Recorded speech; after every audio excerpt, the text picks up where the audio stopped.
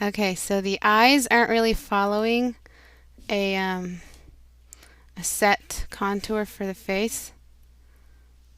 So try to make it look more masculine by pushing out the eyebrow bone, pushing out the cheekbone, pushing out the chin, and aligning the face to the rest of the body.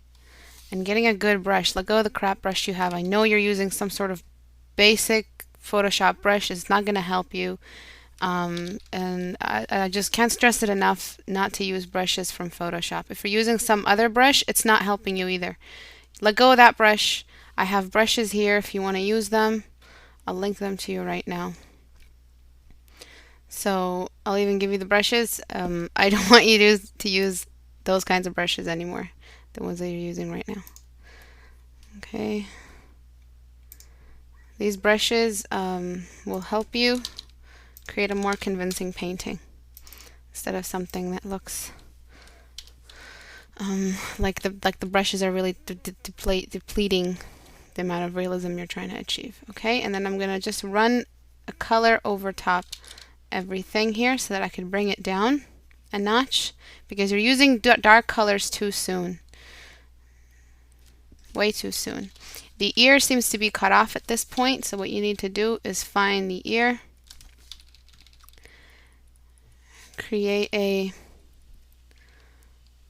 Night Michael. Sorry for scaring you with the music. Okay, and create a good jawline. Nice job on the cheek and on the beard greens. This is a pretty early stage, so what I need you to do is keep flipping your canvas horizontally. Make sure that you're avoiding as many mistakes as possible. And are you watching, Sam? Try to keep things on the try to make his nose a little bit more broken than that. Try to keep things on the symmetry lines of the face. Excuse me. And flipping your canvas horizontally lets you see your mistakes. No problem at all. It's what I do. I did one today. I do one every Tuesday and Thursday, and sometimes I do one randomly around the week. So right now I'm just trying to organize the face, keep all the features in the right spot, and you know, find the basic shape for the face, for the eyes, basic shape for the nose, so that when I flip it back this way, do you see? We already have a more realistic looking thing. He looks like a... So do you see how before one eye wasn't in the right spot, it was thrown off to the side? So if someone in real life had this kind of face, we would say that they have a sort of distortion going on to the actual features of their face. In order to get a face that looks normal, that looks like it's aligned, is to align it back on the basic lines. And what the basic lines are these. This one line that goes in the middle that divides one side from the other. This line here that tells you where to put the eyes, and this line here where it tells you where to put the nose, and this line here just underneath where it tells you where to put the what's it called, the mouth. And between this line and this line is where the ear hovers, just in this area, and the nose can hover in this area. So I'll keep this recorded for you. I'll probably post it on YouTube so you can find it easier. It's probably going to delete it. And now I'm just going to render the face the way I would render it if this was my painting. And keeping a large brush, keeping my brush large, using a brush that has this kind of technique, this kind of texture to it, so that it can look like a painting even after I'm done, but it'll have that realistic look to it. And if that's where your light source is coming from, so keep your brush large. Choose the areas that you want to be dark. Generally large, meaning don't let your brush get this small an hour into your painting. It should be a little bit more. Oh, take some Advil or something. Thank you, Duran. I just started though, it's okay. I'm trying to give a more cranial structure to the brain, to the skull, trying to show where all the where all the baldness goes. And you know this green that you have here for the beard? Throw some of that green up here for the scalp to show that the scalp is also lacking color. And the face, because the face is sort of flat, only this area here is going to get light. All the areas over here are going to be in darkness. Okay, Sam?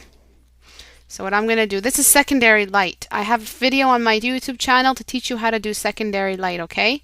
I'll link it to you in a second. It'll teach you how to bring in that secondary light from the dark side.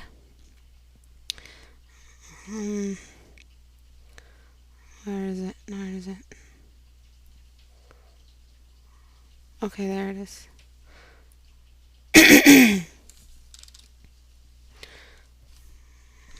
Okay, here you go. Watch that after so you can add in that secondary light. Because you added the secondary light in too soon before you rendered the face. Okay. I just have to work with what I've got here. So do you see now automatically the head looks like it's 3D, but it still looks bald? Do you see? Because we placed the lights around the shape of his skull. So we haven't sort of misshapen his head. We've actually shown that it's round by using the secondary light source. And that's stuff that you'll find out in the video. And then some on his chin here.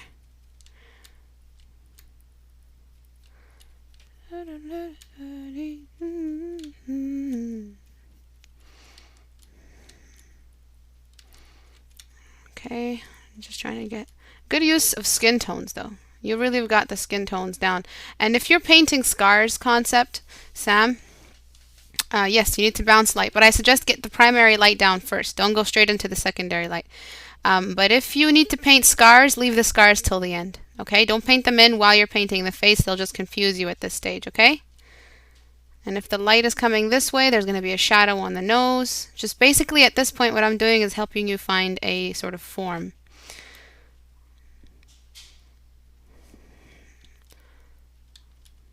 And I'm here all the time to do critiques. If you want to join the class, I can give you my Skype and you can join the class there. And there will always be someone available in the group chat to help you. If I'm not around, there's going to be someone there who's also around. Who's also a painter. We're all sort of in the art thing in the group, and we'll give you critiques whenever we can. You'll always have some sort of secondary opinion available for you. Okay, so do you see how you placed those creases on his eyebrow? They were too animated. They were too cartoony. You need to give them more of a realistic tone. So do you see how I'm using my brush to stroke like this? I'm not going in all different million directions. I'm trying to go in the same direction with my brush. Do you see how my brush is going in the same direction? And blend in the hairline of his beard. Yeah, I'm going to be joining Crimson Daggers, so there will be more hair more often. Okay, I have a Crimson Daggers mentoring thing too. And it's just joining the group chat of my thingy. Because I'm not always streaming, but I'm always online. So if you need me to help you out too, I can do that.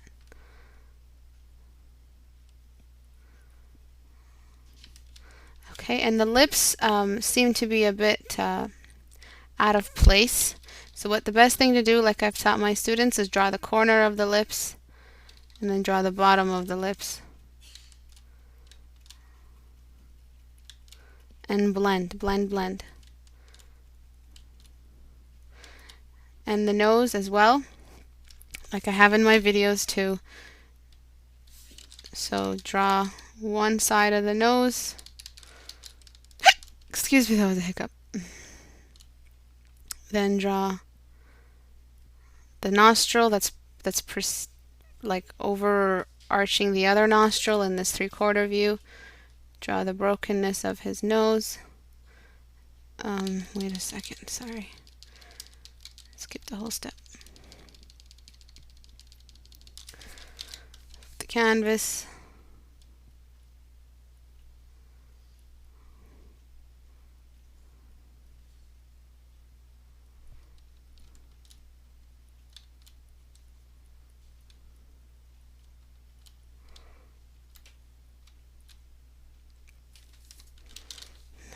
back. Just remember that before you start a painting, always try to organize the drawing first. Okay, so now everything looks light in your eyes. Everything looks very light. It looks too light. It looks like nothing is really in place.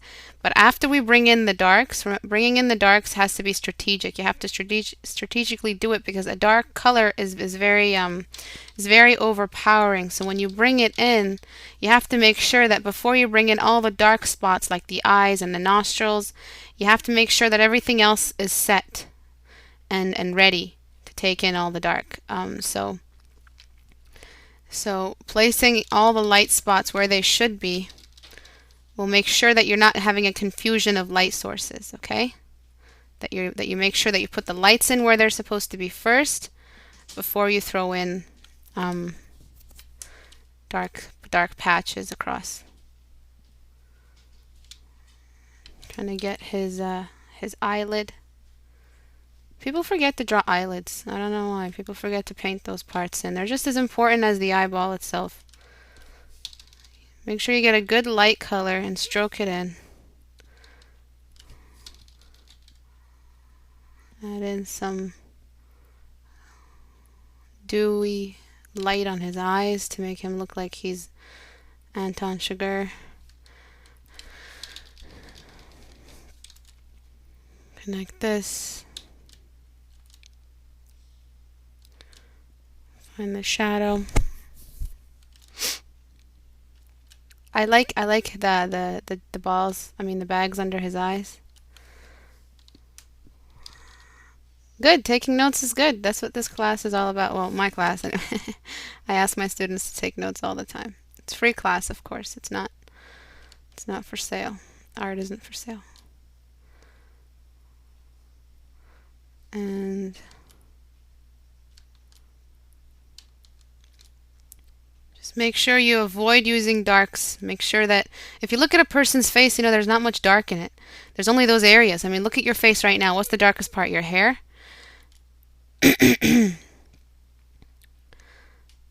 So the only dark spots are those very, very important spots where you find.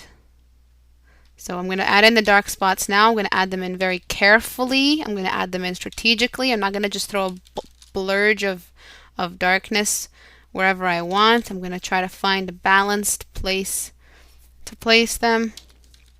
You see how the secondary light source is shining through the ear, but the ear is casting a shadow here? Okay, are you familiar with using purples in light and shadows? Are you familiar with that rule? Always use purples, a gentle grayish purple that looks like this in your shadows. It'll make it look more realistic. Why? Because usually the light sources, whether the light source is natural, whether the light source is yellow or not, shadows tend to be cool. Yeah. So place those in all the areas that the light is not reaching. So just the areas where that's not reaching in the secondary light source area. But if you place purples, you also have to reinforce the purple that's being used in that by placing also a yellow in all the areas that the light touches. So all the areas that the light doesn't touch, purple. Areas that the light touches, yellow. I kind of like how his lips are sort of pushing down and stuff like that. Like they're sort of like he was in an acid attack or something like that. And now I'm still not using the blacks yet. I'm still being very, very careful. And now I'm going to get in a yellow that looks like this, something that's very gentle that I can stroke over the areas that the light is touching to make the skin look like it's alive, to make it look like it's a living person, that this person is not dead yet. And just throwing in all the areas that the light is touching. These areas here, his lips. No problem, CV. Thanks for coming, though. So you're using the same brush for all of this and same opacity. Yeah, I should be using 100%, but I sort of inherited the last one. So yes, I was at 35%. I'll just go back there because that's what I was showing you. Because I'm brushing very gently. I'm not really brushing hard. even though I would want to use the hard brush instead. Let me just put it at 100%. I usually work at 100%, one layer, 100% opacity. Try to keep it as close to traditional as possible.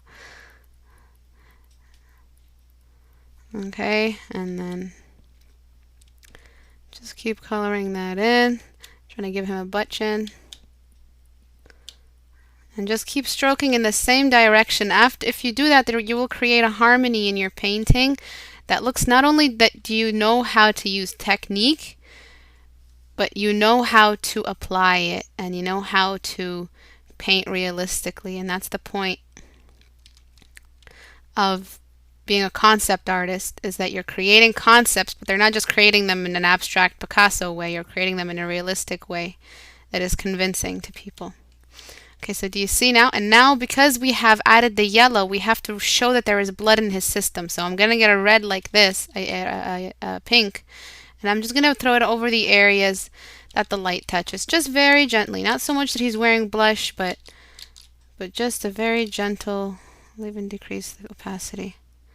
Just on his eyes to show how tired he is, on the edges of his nose, right here and here. And on his skull. Skull.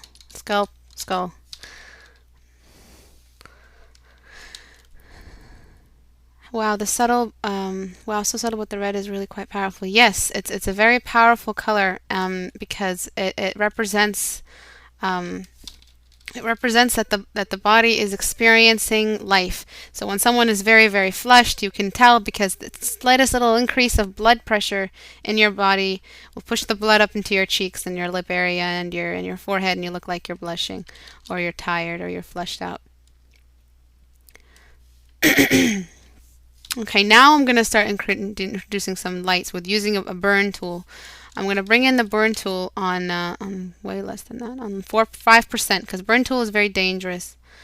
It can cause a lot of trouble if you don't use it right. And I have to work on the lips a little bit more. But let me just focus on the eyes. And the areas that are the darkest in the face, like I've said in class many times, are 6 areas. 1, 2 for the 2 eyeballs, 3, 4 for the 2 nostrils, and 5, 6 for the 2 lip corners. So right now, all I'm going to do is make those areas darkest right now by getting the darkest tone I can find. What color are his eyes? It's just this pale hazel color, right? So I'm going to go in, kind of zoom in. To see how I haven't zoomed in yet?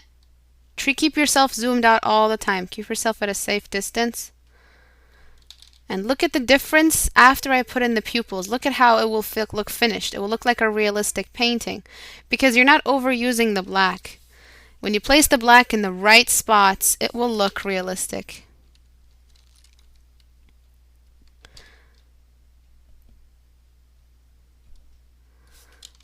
Do you see the difference that it makes?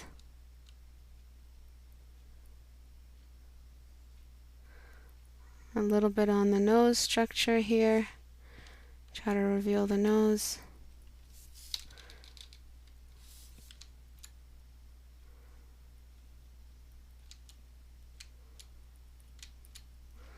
And a little bit on the eyelids, just to show that he has some hair on his eyes. And even darken the pupils a little bit more with the burn tool, just a touch more. And a little bit on the outside corner.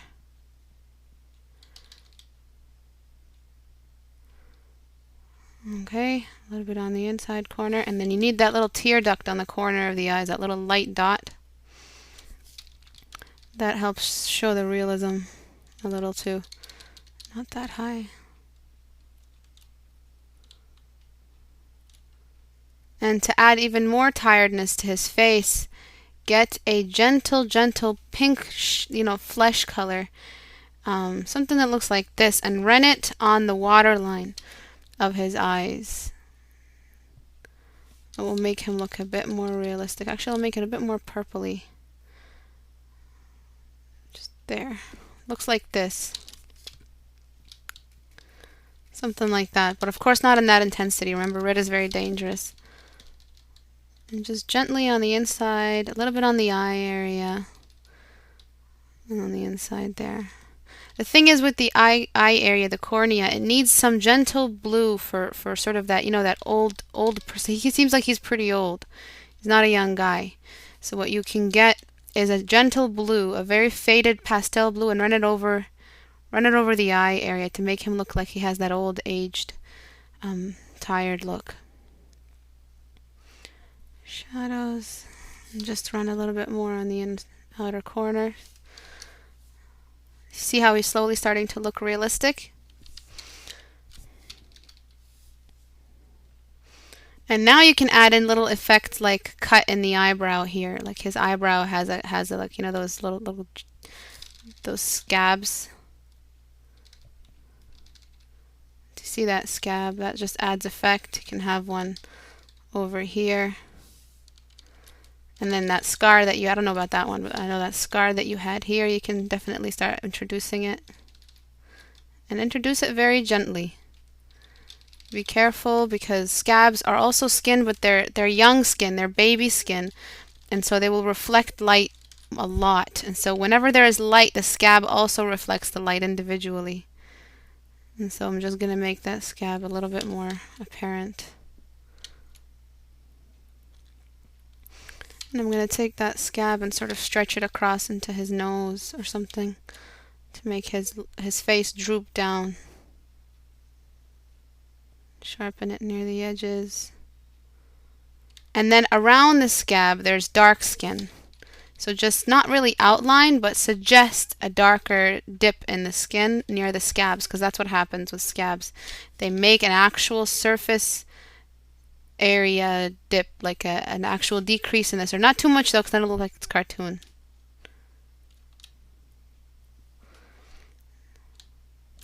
If you want this to send it back to you, add my Skype so I could send it back to you through Skype.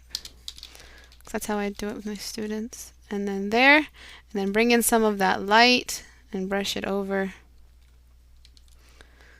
into the skin.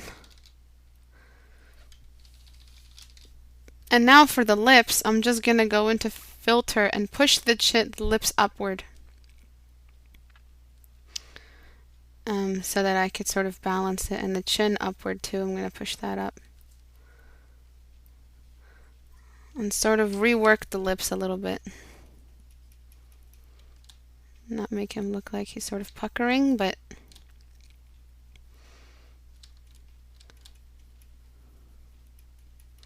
just get the chin ready for it.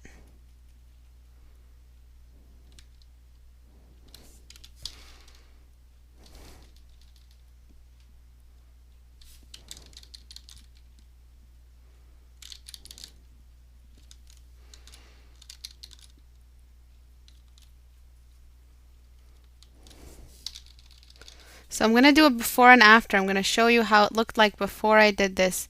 And there is a shock value to it. And I don't want you to get discouraged or say, oh, how did she do that? Or crap like that, because that's not going to help you improve. What you need to do is get yourself ready for that shock value. And that shock value, all it really does is it motivate you to attempt the corrections that I have shown you, and attempt a different perspective on your work, and attempt the pieces of advice that I'd given you. Okay? So I'll do a before and after, but just not just yet. I just need to just get the place ready for the lips, just to make the place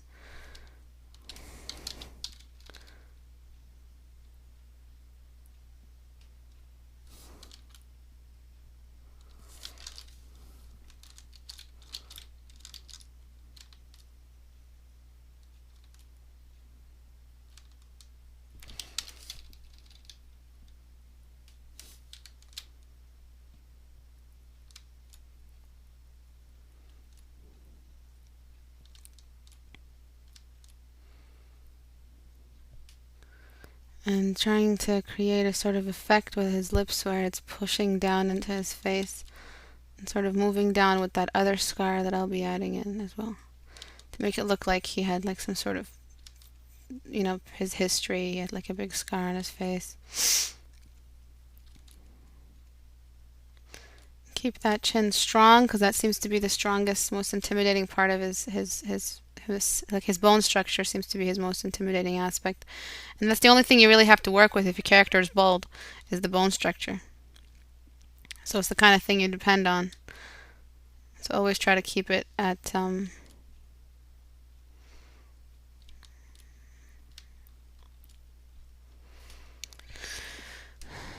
add.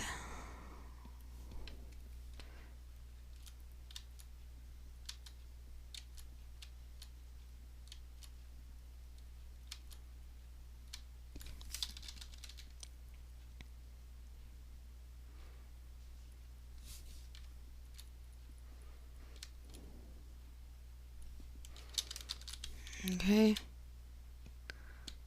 Just trying to find his basic lip shape and then droop it down into his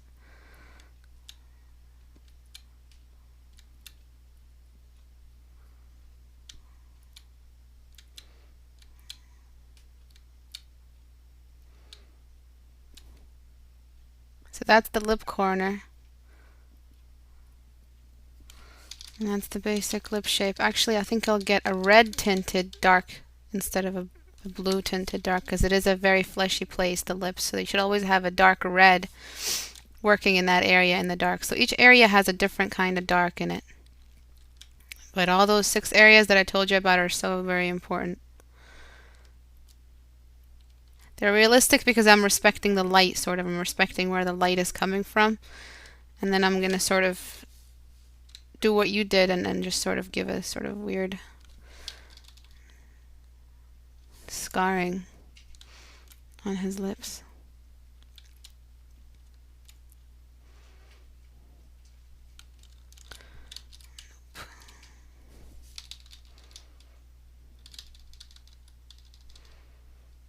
And then get a color layer, new layer, go to color mode, go to green, like a nice, faded gray green, and just throw it over the beard and all the areas that are supposed to be in a beardness, and then erase off what you don't need. And so you get that same beard thing. This is a critique jungle. You probably know that. And I'm just gonna before, after. You have that gentle sort of, thing going on. And I'm just gonna accentuate this area. It's capturing some light. Side of the nose.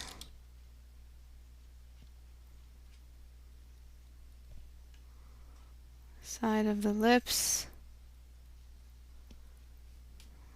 The chin. And then here.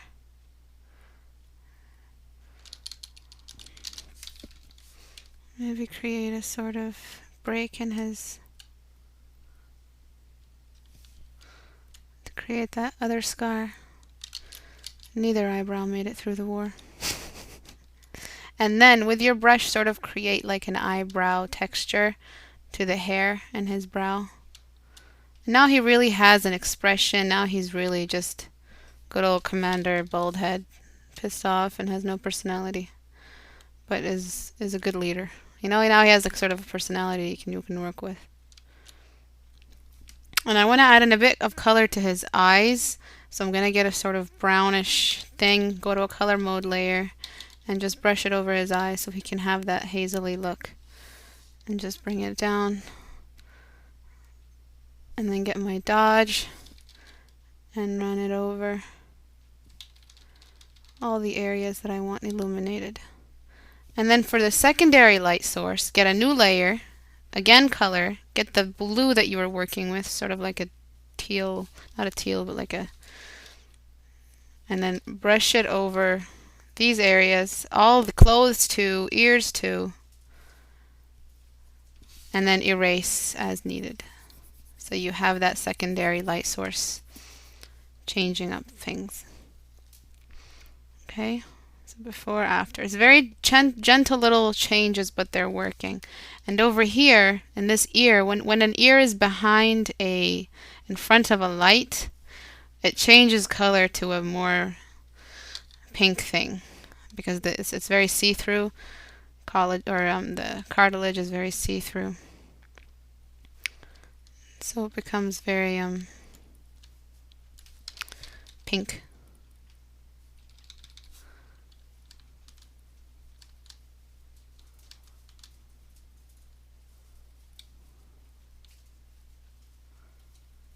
Okay, and then just take the levels down a touch. Maybe bring in the burn and give him a bit of a cheekbone here. And save. And we're done.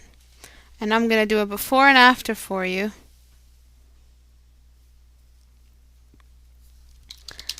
And I want you to pay attention to exactly what I want you to sort of go over it. I'll post it up on YouTube for you, and I'll send you this actual copy. And by all means, use exactly what I did. Do exactly what I did. Pause the thing. Do exactly what I did. Play, then pause. Play, then pause until you get this.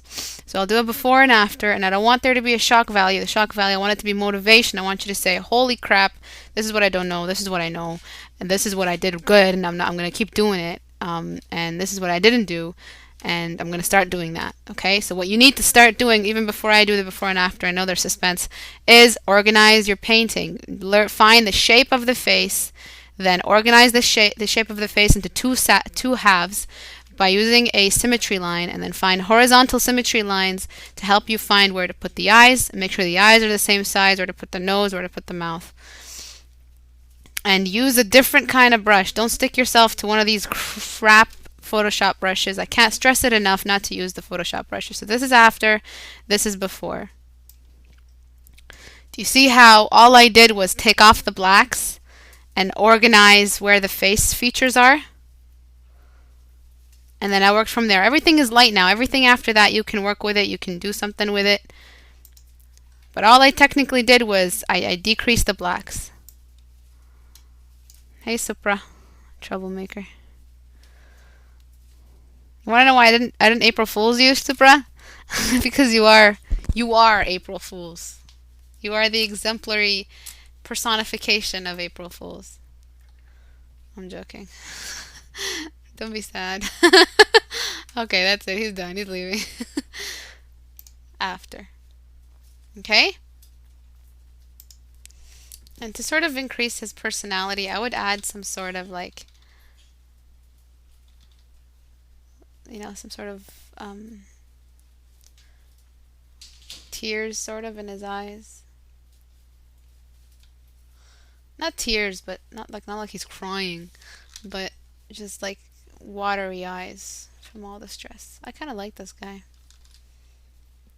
I must say I like him. Don't add the darks in early, and don't add the darks in places that don't need darks. Look at a person's face, and look next time you see a person's face, Sam, say, okay, where are the blacks on this person's face? When I started doing that, that's when my faces started to look like faces. It's because you look at where all the dark spots of the flesh are, areas that don't allow any light, which is the two irises, the two lip corners that are sort of folds in skin, and the two nostrils. And that's it. Okay? And I'll send this back to you now. And organize the face. You've learned two things. You haven't learned one thing. You have learned one, don't add in the blacks too soon. And two, do not forget to organize the face before you start painting it.